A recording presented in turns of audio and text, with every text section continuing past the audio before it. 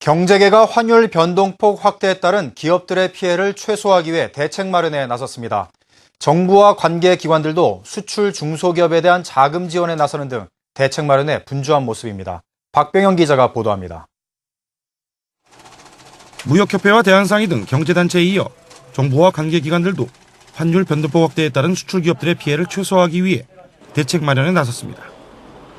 무역보험공사는 수출 중소기업들의 환율 리스크를 줄이기 위해 환변동보험 재원을 1조 1천억 원에서 1조 5천억 원으로 늘리고 환변동보험료도 최고 500만 원 인하하기로 했습니다. 또 신용등급에 따라 수출액의 30에서 70%까지 적용하던 기존 보험 한도를 50%에서 90%까지 높이기로 했습니다. 코트라는 20여 개국 소재 무역관을 통해 주요 국가별 환율 정책과 진행 방향, 우리나라에 미칠 영향 등에 대해 파악하는 한편 우리 기업들의 애로사항도 접수하고 있습니다.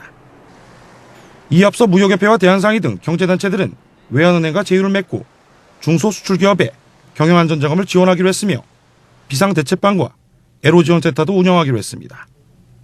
정권 교체기를 맞은 정부가 적극적인 환율 방어에 나서기는 어렵다고 보고 자구책 마련에 나선 것입니다. 정부가 환율에 대해서 어떤 조정을 할 수 있는 정책 수단은 굉장히 제한적일 것으로 생각이 됩니다. 환 피해를 입은 기업들이 일부 단기적인 자금의 어려움을 겪으면은 그런 자금 지원을 하는 것도 하나의 방안이 될 수 있을 것으로 생각이 됩니다. 중소기업에 비해 사정이 좀 나은 대기업조차 원화 강세에 따른 피해가 눈덩이처럼 불어나고 있어 대책 마련을 서두르고 있습니다. 전국경제인연합회는 환율의 급격한 하락을 막기 위해서는 외환당국의 개입이 불가피하다고 주장합니다. 정부가 원화 가치의 절상 속도를 늦추든 스무딩 오퍼레이션을 나설 필요가 있고요.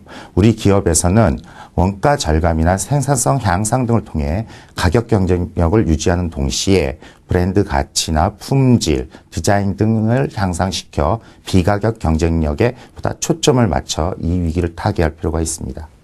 전경련은 그러나 정부가 외환시장에 개입하더라도 환율 하락 속도를 어느 정도 늦출 수는 있겠지만 환율 하락 자체를 막을 수는 없다고 보고 있습니다.